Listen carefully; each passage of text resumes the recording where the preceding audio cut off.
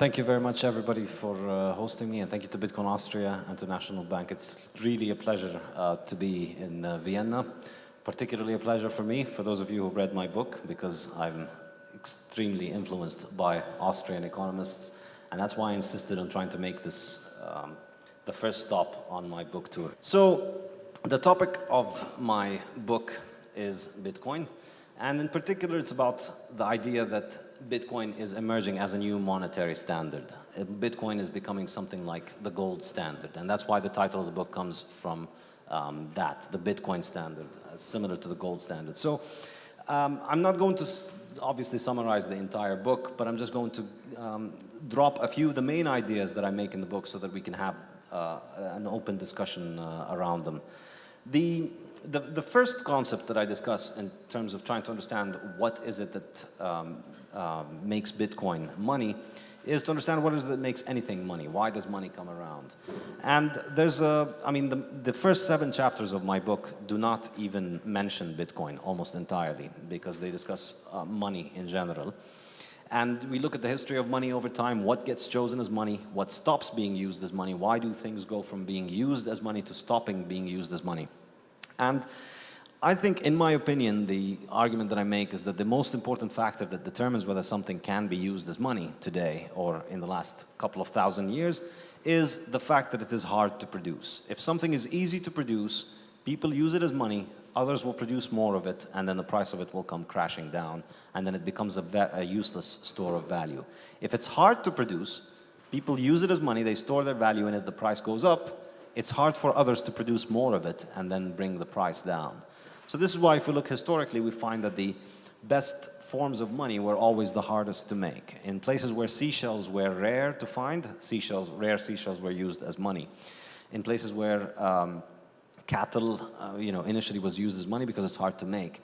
If we look at limestones or all sorts of things that, in any particular location, were used as money, there was always a way, or a physical or a political mechanism of restraining the supply growth. That's really the key point.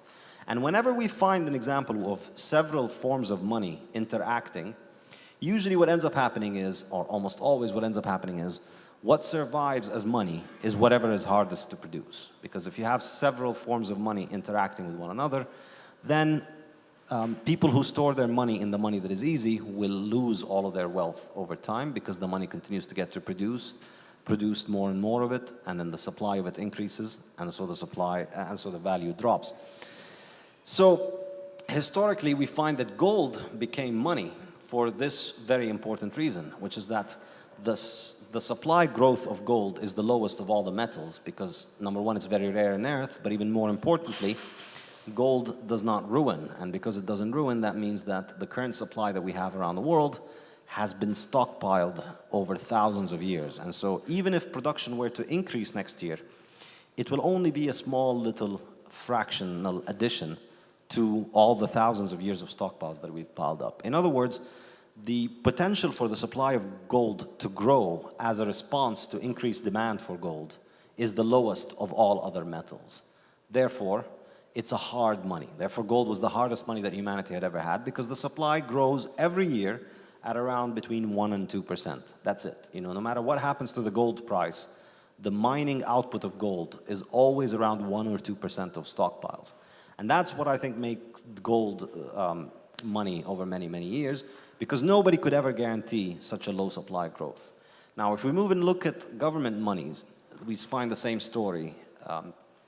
Currencies whose governments prints a lot of them, whose supply increases a lot, they lose their value quickly. And then people move towards the harder currencies whose supply increases less and less. So the main currencies of the world, like the dollar and the euro and the Swiss franc, and the most commonly used around the world, you find that the annual supply growth of these currencies is around 3% per year, 5, 7%, something like that. Whereas, the currencies that are always witnessing crises and inflation, you find that the supply growth there is 10, 20, 30, 50, maybe even much more. And so we have this dynamic over time always, and it's partly due to human psychology that people can recognize that gold is a better store of value than copper, but it's also not just human psychology, it's also natural market selection. It's just people who choose the better money end up with more wealth in the long run. People who choose the worse money end up with less wealth in the long run. Enter Bitcoin. Why is Bitcoin important here? Because Bitcoin has, in the next few years, in about 4 or 5 years, Bitcoin will have the lowest supply growth of anything that has ever been used as money. And it will be reliably lower. Right now, the supply growth of Bitcoin is around 4% per year, which is a little bit more than double of the supply growth rate of gold. But in about 4 or 5 years, it'll drop below that, and then the supply will continue to grow at a lower rate until it stops completely. Why I think this is very important is because this is the reason that Bitcoin won't go away. There are a lot of good reasons, I'm sure many of you have heard, for why Bitcoin is bad. Bitcoin is evil, it consumes a lot of electricity, it's bad for the children, and it's bad for everything. I'm sure you've read the newspapers and you know all the stories. And yet it refuses to go away. Why? In my opinion, because it's very good money. It's very hard money. It's harder money than all the other kinds of monies. And people are just not going to give it up. People might pretend that they will give it up, but people understand that the hardness of it makes it more valuable to hold than currencies that increase every year by 10% in their supply. So if you extrapolate Bitcoin's supply 50 years from now, Bitcoin's supply will grow at about only another extra 20% over the current supply of Bitcoins. Whereas if you extrapolated the euro or the dollar or the yen or any of these currencies over the next 50 years, just by extrapolating what happened over the last 20 or 50 years or whatever, you're going to get several multiples. You know, you're going to get 500%, 600%, 1,000% multiple of the current supply. So thinking of it in the long run, this is an enormously important factor, and I think more and more people are going to wake up to it over time. And you know, the significance of this is that Bitcoin, in my opinion, is not really optional. You know, you can't just say, I don't like Bitcoin, and so I'm just going to keep using my money. There are a couple of stories that I include in my book about societies and what happened to them when a harder form of money entered them. So for instance, West Africa, they did not have manufacturing of glass beads very common. And so glass beads were used as money because they were very hard to make. But then when Western Europeans started traveling down to West Africa and saw that these glass beads were used as money, they would go back to Europe, fill up an entire boat with these glass beads, and then transport it down to West Africa and use it to buy things in West Africa. Eventually, those beads came to be known as the slave beads because it was a way for Europeans to just keep buying everything that the Africans had with them, while the value of the money that the Africans had collapsed. In other words, you know, the Africans couldn't have just said, you know, we don't believe in gold as money and we don't like gold, we prefer glass beads because we've always had glass beads. And because if your money is easy, the people who use harder money, the people who use gold, will find it trivial to make more of your glass beads and then to come and bring them to Africa and use them. And this, I think, is part of the significance of why Bitcoin matters, the hardness of the money. And the fact is that it is also the first strictly scarce liquid asset that we have ever had as human beings. So people talk about scarcity, but I think there's a little bit of a misunderstood element of it. People think in terms of, you know, the quantity of physical metals and resources on Earth is limited, and so everything is scarce. I don't think that's entirely accurate because it's immaterial what the amount of these metals is on Earth. The quantity of iron or copper or gold or oil or anything that we consume as a society is not limited by how much we have on Earth. It's limited by how much time we dedicate to it as opposed to the other needs. In other words, if the demand for copper increases drastically for whatever reason tomorrow, it won't be trivial for us to triple copper production next year and then to keep tripling it for a very long time. It'll be very costly in terms of other goods and services, but it won't be impossible. In other words, the limit on how much copper we have is not in the copper itself, it's in our time.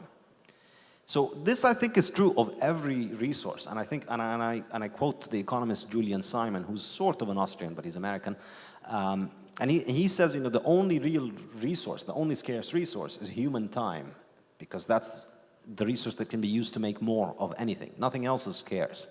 Well, now, Julian Simon is not with us, but now we have one more thing that is also scarce like human time, which we cannot make more of no matter what.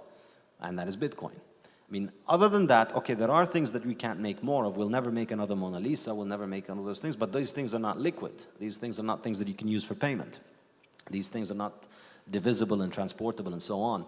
But Bitcoin is the first liquid asset or resource, if you want, whose supply is truly and scarce, strictly scarce, as I like to call it in my book. And I think the significance of this is that when you understand that time is the only thing that's really scarce for us as human beings, and that money really is an attempt to save our wealth across time, or specifically to preserve the fruits of our labor from today into the future. Money is a technology, essentially, for making the fruits of our labor today available for us for future consumption. Now, you can think of the inflation of the supply of the money as being like an inefficiency in the engine of that technology. Because if you store your wealth in a money whose supply is limited, whose supply is increasing, your wealth is being drained out of that money that you stored it because the money supply is increasing. So now, finally, we have a liquid resource where you can store your wealth wherein nobody can increase the supply.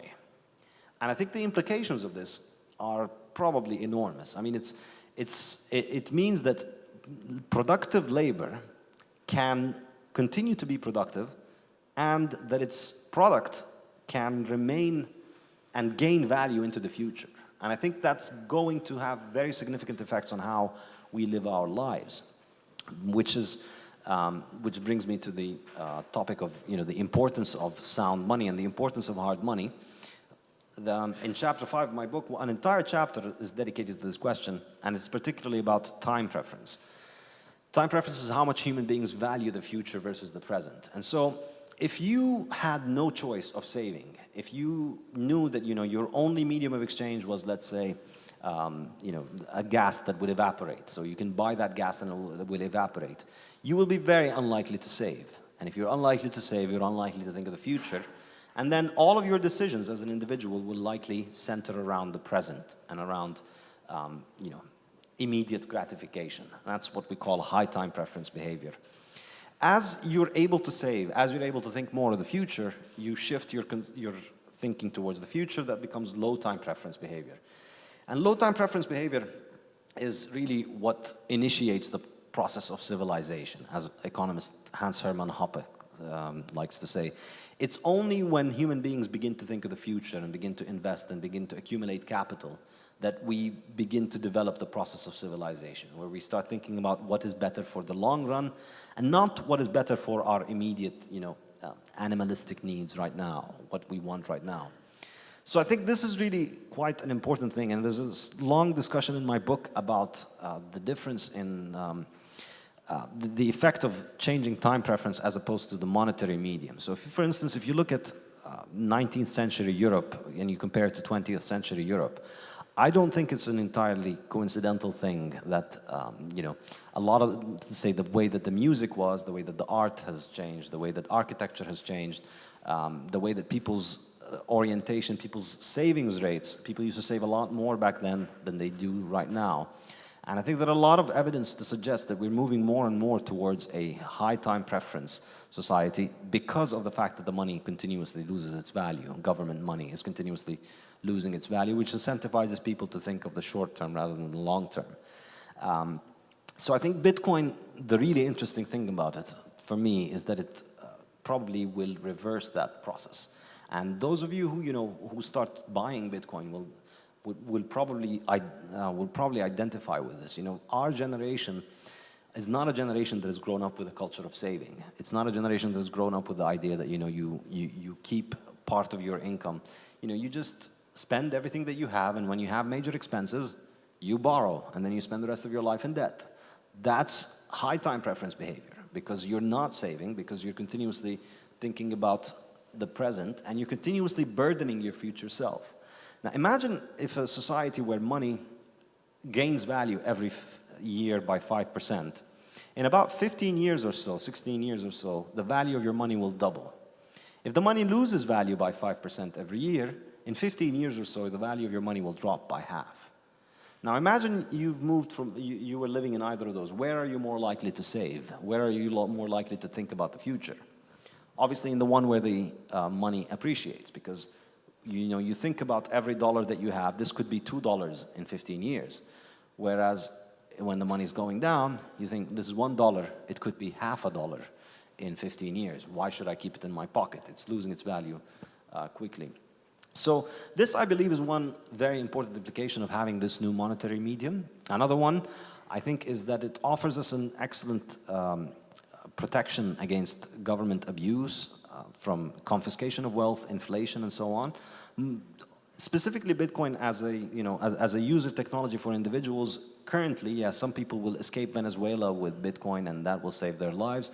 But I think in the long run, the deeper impact that it will have is that it is going to make it harder and harder for governments to finance their operations through inflation, because citizens everywhere in the world are developing Bitcoin as an exit strategy. So if any government starts inflating its currency, Bitcoin is far more easily available and harder to crack down on than dollars or gold or other currencies.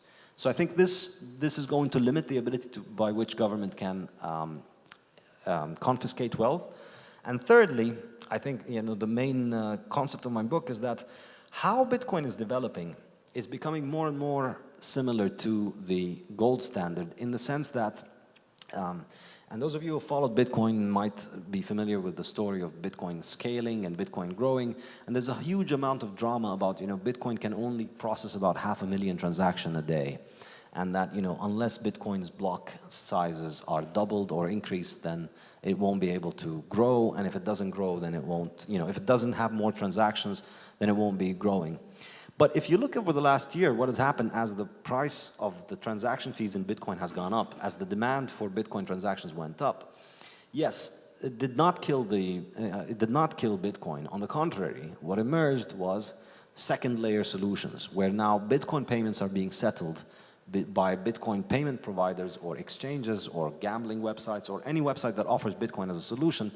What they have started to do is to batch all of their transactions with one another into fewer transactions, so that, in fact, today, a majority of transactions done in Bitcoin don't actually register on the blockchain. They're cleared on the blockchain. So, for instance, if you and I have an account in an exchange and I want to send you money from my exchange to yours, the exchange won't put the transaction usually on the blockchain so that I will have to pay the full transaction fee. They'll just move it on their own internal record from my Bitcoin account to yours.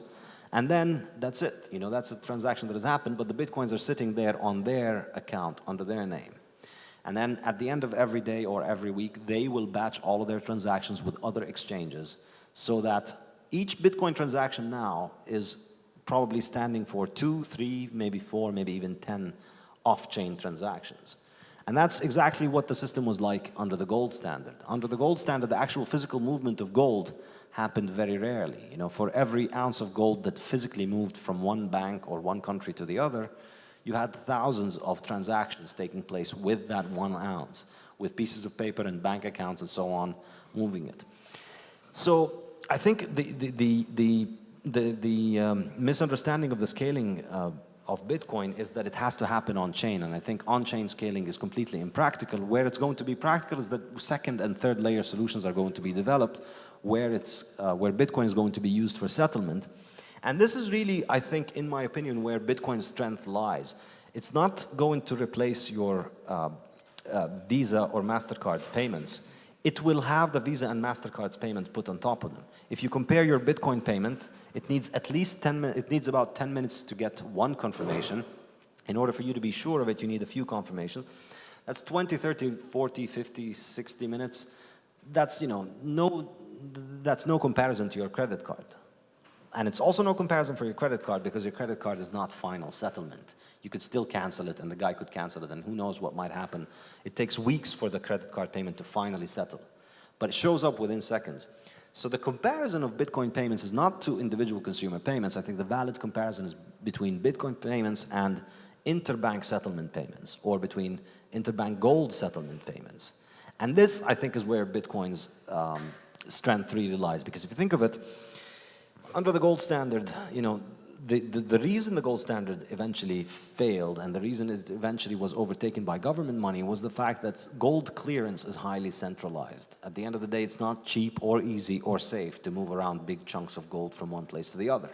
However, if as the size of the economic transactions happening in gold continued to increase, more and more and more people started using second layer transactions, and that necessarily led to the centralization of all gold clearance into a few banks, and then eventually one bank in every country. And then that became very easy for government to take over, and then for government to move forward. So the difference then, and this is the key value addition of Bitcoin, is that it's like gold in that it's a final settlement clearance. It's like gold in that it is very hard money, but it's even harder. But what's even better about it than gold is that you can send it halfway around the world in under an hour for final settlement, for currently around $1 of transaction fees. Even if it goes up to $100,000 of a transaction fee to have a Bitcoin transaction on the Bitcoin network, that's still cheaper than sending large payments of gold halfway around the world, right? So when Germany tried to repatriate its gold from the Federal Reserve a few years ago, it cost a lot of money. So I think what this means is that what Bitcoin is going to offer us is not a new way of buying things cheaper. It's not going to reduce your credit card fees. It's going to offer us a new decentralized central banking system around the world, whereas instead of the current centralized system where we have one central bank for the entire world, I mean, we have several central banks, but let's face it, they all run on the dollar and they all run on the US monetary system. So instead of having one central bank responsible for pretty much all of the clearance of all payments around the world, we'd have thousands of central banks because they can all perform final clearance, because the Bitcoin network, even at current state, even without any improvements whatsoever, can undoubtedly do at least 500,000 transactions a day. So with 500,000 transactions a day, you could have thousands of banks around the world acting as central banks, providing final clearance, and running an entire monetary system independently of the banking system and allowing for payments everywhere around the world without having to rely on the government-run central banking system. It's a viable alternative to central banking, and this is a viable alternative that's only continuing to grow. And the main advantage that it has, which is the reason why people should take it seriously and stop dismissing it, is that it is harder money than anything that we've ever known, and certainly much harder than any of the monies that any of the central banks today are using. I think this is it, and we'll open it up for discussion now. Thank you.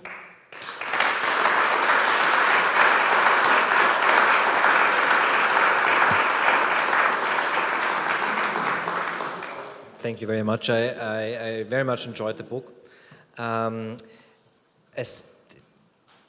I don't even know where to begin.